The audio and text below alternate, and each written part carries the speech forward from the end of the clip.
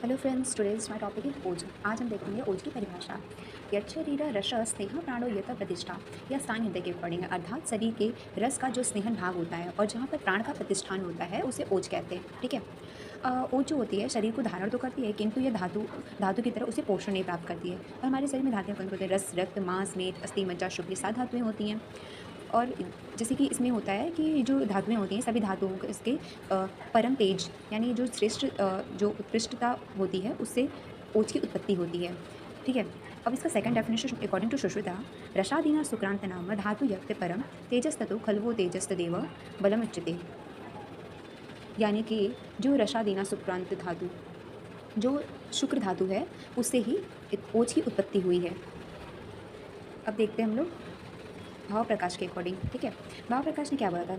सर्वम धातु नाम स्नेहम ओज क्षीरे घृतमेव, यानी भाव प्रकाश के अनुसार सभी धातुओं का स्नेहन ओज होता है। जैसे कि दूध से घृत विद्यमान रहता है वैसे ही सभी धातुओं में ओज विद्यमान रहता है।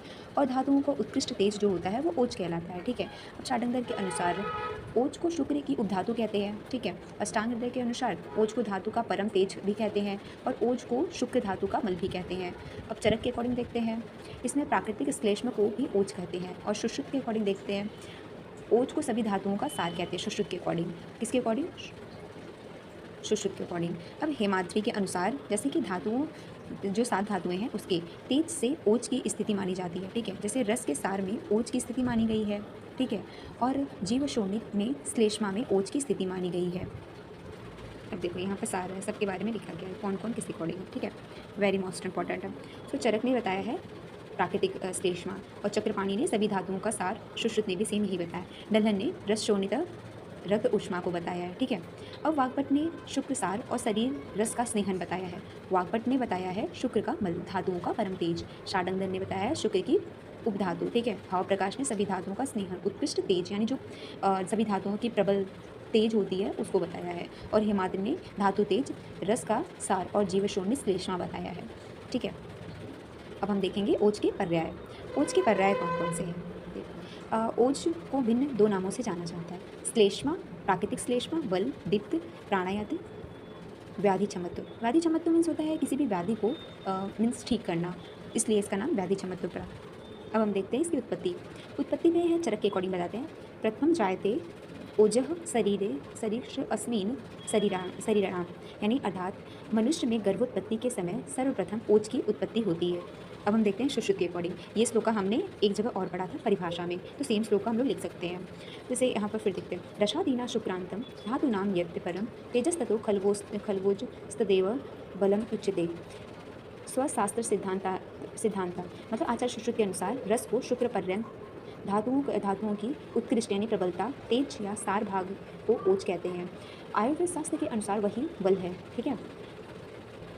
ये वाला श्लोक वेरी मोस्ट इंपॉर्टेंट है।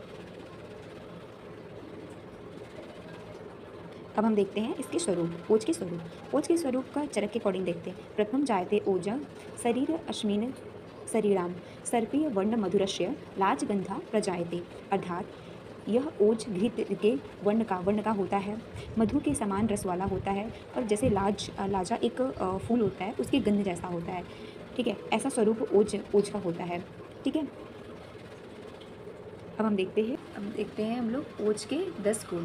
जैसे कि चरक के अकॉर्डिंग देखते हैं, गुरु शीत मृदु सलक्षण बहलम मधुरम स्निग्धम प्रसन्न पिच्चलम स्निग्धम ओजो 10 गुण स्मृता, यानी कि जो ओज है गुरु शीत मृदु सलक्षण बहलम मधुरम स्निग्धम प्रसन्नतम पिच्चलम स्निग्ध, ये 10 गुण होते हैं ओज में पाए जाते हैं। अकॉर्डिंग टू सुश्रुता, सुश्रुत ने ये बताया है कि 10 गुण।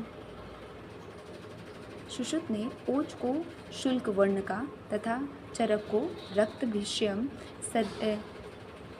सपीतकम कहते हैं। शुक्ल वर्ण का ओज जो होता है अपर ओज होता है और जो रक्त पीत का ओज होता है वो पर ओज होता है जो कि हृदय में स्थित होता है। इसके बारे में मैं आपको आगे बताऊंगी।